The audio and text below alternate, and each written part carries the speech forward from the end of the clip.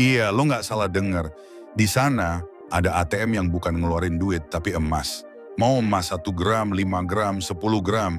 Tinggal pencet tombol, masukin kartu, boom, keluar kayak mesin permen. Tapi isinya kekayaan. ATM-nya canggih banget.